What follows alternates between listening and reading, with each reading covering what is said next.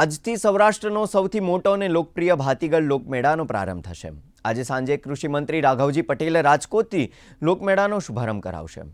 લોકમેળાના આયોજન અંગે રાજકોટ કલેક્ટર પ્રભવ જોશીએ જણાવ્યું હતું કે લોકમેળામાં સુરક્ષા માટે 1266 પોલીસ જવાનો તૈનાત રહેશે। વિવિધ રાઇડ અંગે માહિતી આપતા કહ્યું કે લોકમેળામાં રાઇડ યોગ્ય હશે તો મંજૂરી મળશે। હાઈકોર્ટે આપેલ સૂચનો મુજબ વ્યવસ્થાઓ અને નિયમોનું પાલન કરાશે।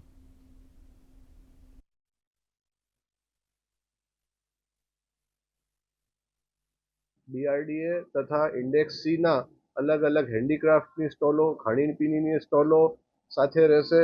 આ વખતે અમે ખાસ સેફટી ઉપર બહુ ધ્યાન આપ્યું છે।